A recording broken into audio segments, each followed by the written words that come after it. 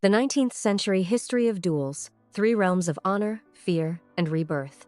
Imagine you're at a high-end gala in 1830s St. Petersburg. You're sipping champagne, discussing the latest opera, when suddenly, a man steps on your toe. Or perhaps, he simply looks at your fiancé for 2 seconds too long. In our modern world, you'd walk away or maybe leave an angry Yelp review. But in the 19th century, you reach into your coat, pull out a silk glove, and slap him across the face. Welcome to the era of the duel. To us, it looks like collective insanity.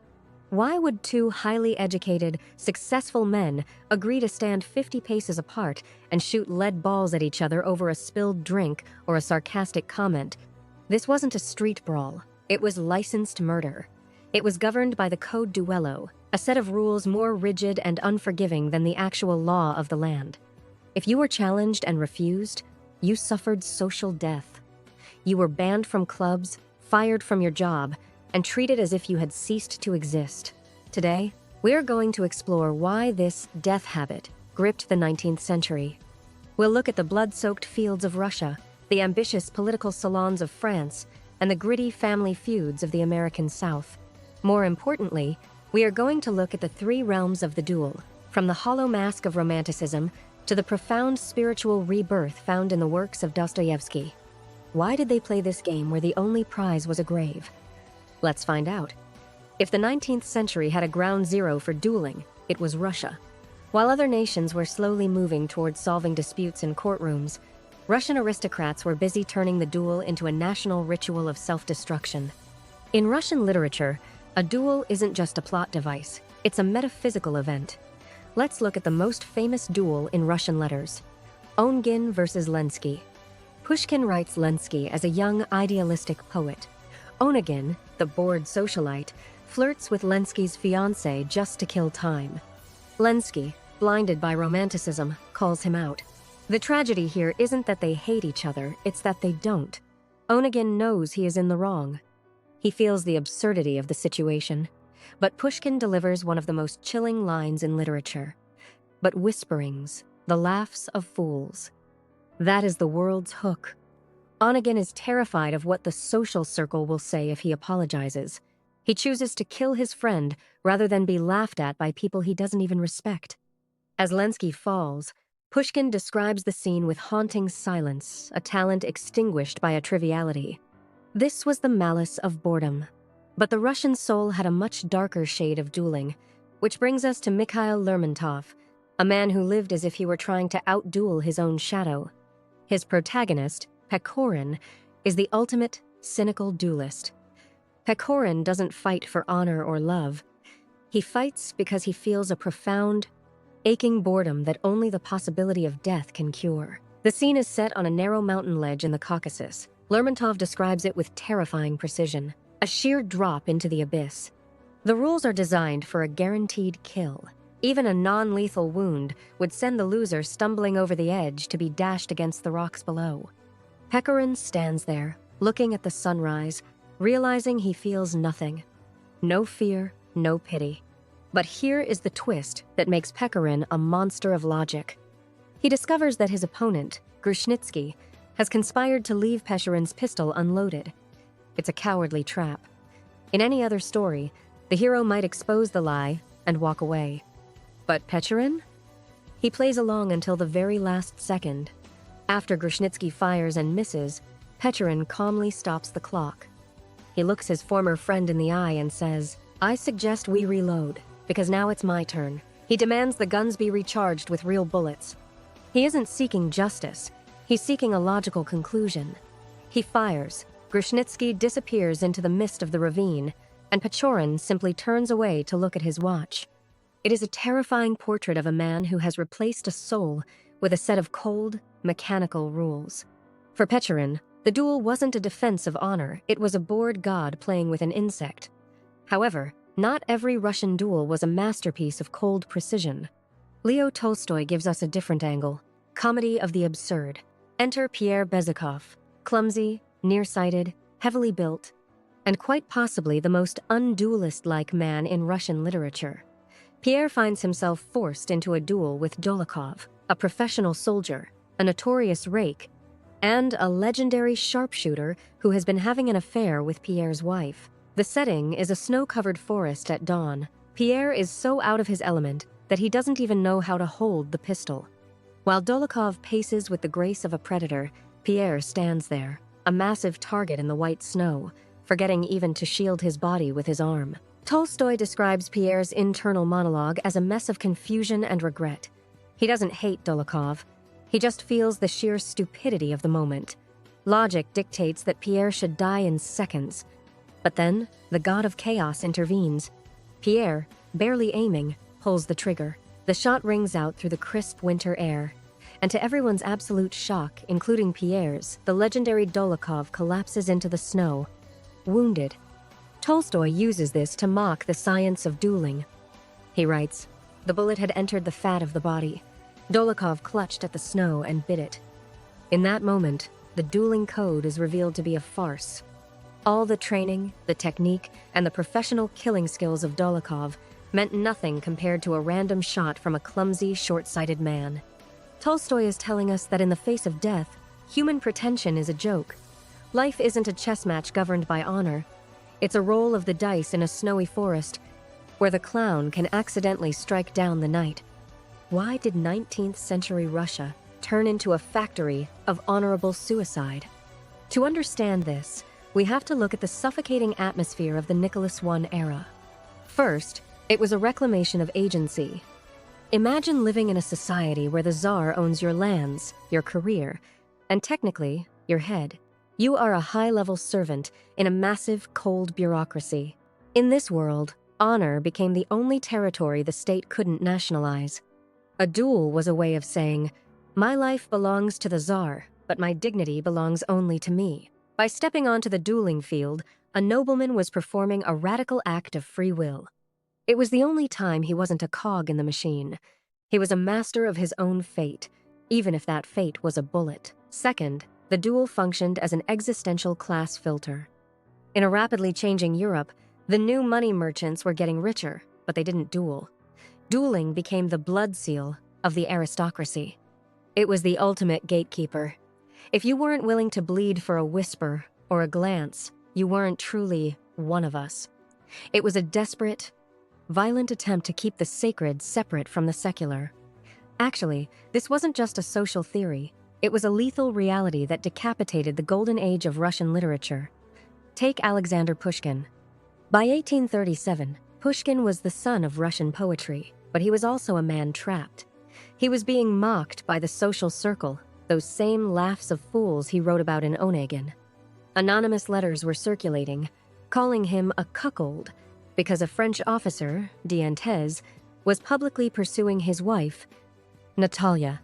Pushkin didn't go to that snowy field because he was a violent man.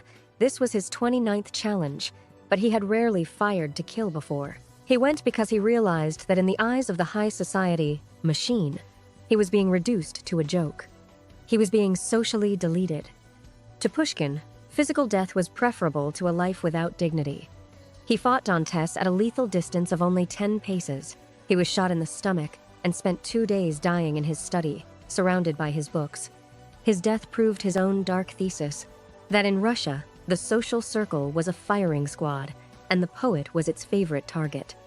Then there is Mikhail Lermontov, the ghost of Pushkin. If Pushkin died defending his honor, Lermontov died testing the void. He was obsessed with the idea of fate, a theme that saturated his novel, A Hero of Our Time. In 1841, Lermontov provoked a duel with an old friend, Martinov, over a series of petty insults. On the slopes of Mount Mashuk, during a thunderstorm, the duel took place. Legend says Lermontov stood there and signaled he would fire into the air, essentially daring fate to kill him. Martinov didn't miss. Lermontov had predicted his own death in a poem titled The Dream, describing himself lying with a bullet in his chest in a valley in the Caucasus. By seeking out his own end, Lermontov turned his life into a piece of performance art. For the Russian writer of this era, the pen was used to write the script, but the pistol was used to provide the authentic ending. They didn't just write about the superfluous man. They lived and died as him, proving that in a land of absolute autocracy, the only way to be real was to be dead. If the Russian duel was a dark, existential dead end, the French duel in the 19th century was a crowded stage. In France, the duel wasn't a way to leave society. It was the ultimate way to climb it. We have to start with Alexandre Dumas. His protagonist, D'Artagnan, arrives in Paris with nothing but a yellow horse and a heart full of arrogance. Within his first hour, he manages to offend the three most legendary swordsmen in France: Athos, Porthos, and Aramis. Dumas writes this as a comedy of manners. D'Artagnan isn't trying to die, he's trying to belong. In 17th century France, the setting of the book, the duel was the sacrament of the sword. It was the only way a commoner or a minor provincial noble could prove they had the king's blood in their veins. By the 19th century, when Dumas was writing, this had become a nostalgic myth. Readers devoured it because they wanted to believe that honor was still as simple as a sharp blade and a quick wit. But Guy de Maupassant gives us the cold, hard reality of the late 19th century. His protagonist, Georges Duroy, is a journalist, the influencer of his day. When he is forced into a duel over a newspaper insult, Maupassant strips away the musketeer glamour. Duroy spends the night before the duel in a state of clinical panic. Maupassant describes him looking at his own image in the mirror, wondering if this is the face that will have a bullet hole in it by noon. He isn't worried about his honor, he's worried about his existence. He even considers suicide just to stop the clock. He felt he was being dragged along by a mechanical force from which there was no escape. This is the second realm we talked about, the realm of fear. Duroy goes to the field not because he is brave, but because he is a slave to his career. In the new French Republic, if a journalist refused a duel, his brand was dead. He duels to stay relevant, not to stay honorable. This brings us to a major difference between the two cultures. In Russia, they fought at 10 paces until someone was dead. It was lethal and final. But in France, they often fought to the first blood. As soon as someone got a scratch, the doctors stepped in, everyone shook hands, and they went to lunch. You see, the French duel had become a social entry ticket. After the Revolution, a new class of lawyers and editors used the duel to borrow the prestige of the old knights. It was a theatrical spectacle. French duels were held in public parks with spectators present because the spectacle was the whole point. It was about building a Hardman image to win an election or sell newspapers. While the Russian poet stood in the snow to prove his life was his own, the French politicians stood in the park to prove his life was worth following. Yet, as we turn to the Anglo-American world, we find that the duel faced its greatest enemy, not another pistol, but the cold power of the law. While the duel was a refined, if lethal, ritual in the salons of Europe, across the Atlantic, and in the British Isles, it was a much more raw and chaotic struggle. Here, the code of honor didn't just fight other men, it fought the birth of modern law. In the American South, Mark Twain gives us the most savage and heartbreaking critique of honor ever written. Through the eyes of the young Huck Finn, we witness the feud between the Grangerfords and the Shepherdsons. These families have been killing each other for 30 years. Why? They don't even remember the original insult. Twain describes a scene of chilling irony. The two families sit in the same church, their shotguns leaning against the pews, listening to a sermon about brotherly love. As soon as the amen is said, they walk out and try to shoot each other's children. Twain isn't just telling a story.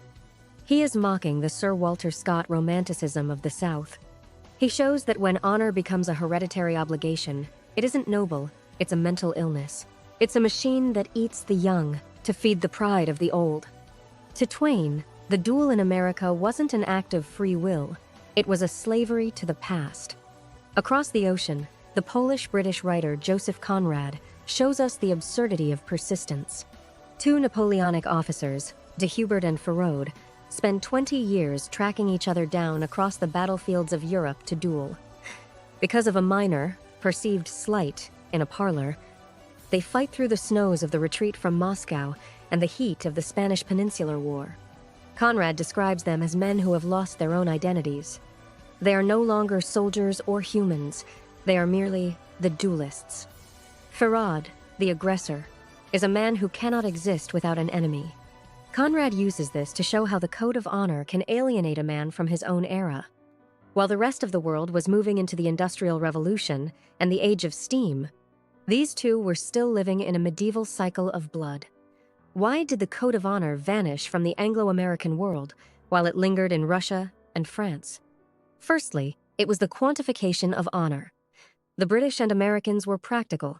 They realized that honor could be measured in banknotes. If someone insulted you, you didn't need to shoot them. You could sue them into bankruptcy. The gentleman was replaced by the client. Secondly, the strong Puritan and Quaker roots in these regions viewed the duel as a sin and a waste of productive time. To the rising middle class, dying over a dance floor insult was simply bad business. The transition wasn't from cowardice to bravery, but from private justice to public law. The civilized man was the one who let a jury decide his worth rather than a bullet. And this realization leads us to the most profound stage of this journey, the spiritual evolution of the duel itself. What does all this blood, gunpowder, and ink actually tell us about being human? If we peel away the silk gloves and the polished pistols, we can see that these stories reveal a vertical journey, the three realms of the duel. The first realm, the aesthetic of the mask. This is the realm of Alexander Pushkin and the early Alexandre Dumas. Here, honor is an external object, a porcelain mask you wear to face the world. In this realm, your self-worth doesn't come from your conscience.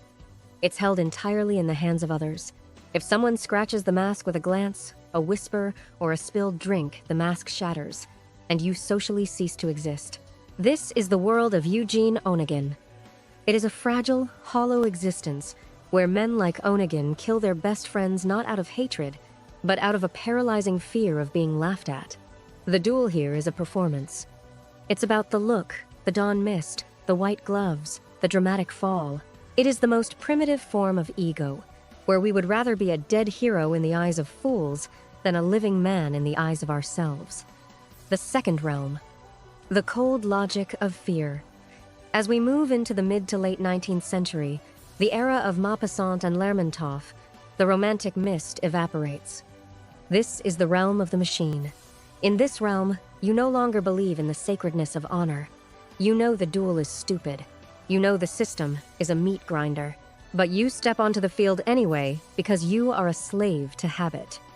Think of Georges Duroy in Bellamy, shivering in his room, checking his pulse, hating every second of the tradition. Or think of Pechorin, standing on the cliff, fighting simply because he is too bored to live. In this context, the duel is a bureaucracy. It's a social requirement that has lost its soul but kept its lethality. It represents the modern tragedy, doing things we despise because we lack the courage to break the cycle. It is the realm of the walking dead, where men die for rules they no longer even respect. The third realm, the metaphysical rebirth. Finally, we reach the summit. To understand the third realm, we must return to Russia, but this time to the messy, spiritual, and incandescent world of Fyodor Dostoevsky. In The Brothers Karamazov, Dostoevsky tells the origin story of the saintly elder Zosima. As a young, arrogant officer, Zosima provokes a duel over a woman he doesn't even truly love. He spends the night before the duel in a demonic rage, brutally beating his servant, a fantasy. But as the sun rises on the dueling field, something breaks inside him. He looks at the dew on the grass, the singing birds, and the light on the trees, and he has a violent, beautiful epiphany. He realizes the ultimate Dostoevskian truth. Everyone is responsible to everyone for everything. When it's his turn to fire, Zosima does something that is, in the context of the 19th century, more metal than any kill shot. He throws his pistol into the woods. He doesn't just quit the duel. He asks his opponent for forgiveness. He realizes that true honor is the courage to be humiliated. He realizes that by refusing to kill, he isn't losing his dignity, he is finally finding it.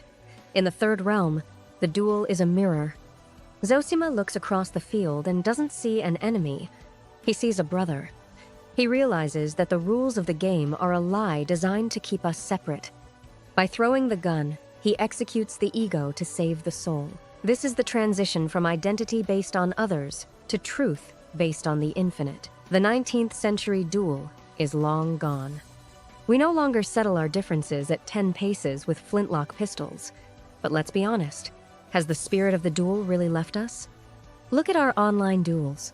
Look at the way we cancel people, the way we try to destroy someone's entire reputation over a single sentence, or the way we feel we must win every argument to protect our digital mask. We are still living in the first and second realms. We are still terrified of the laugh of fools. Perhaps the most radical thing we can do in our modern loud world is to take a page out of Zosima's book. Maybe the ultimate life hack isn't winning the duel, but having the strength to throw the gun into the woods. Because the sun is shining on everyone, even the person you think is your enemy. Thanks for joining me today at the Lighthouse. If you enjoyed this journey, hit that subscribe button. Let's keep exploring the stories that light up the darker corners of who we are. See you at the next Lighthouse.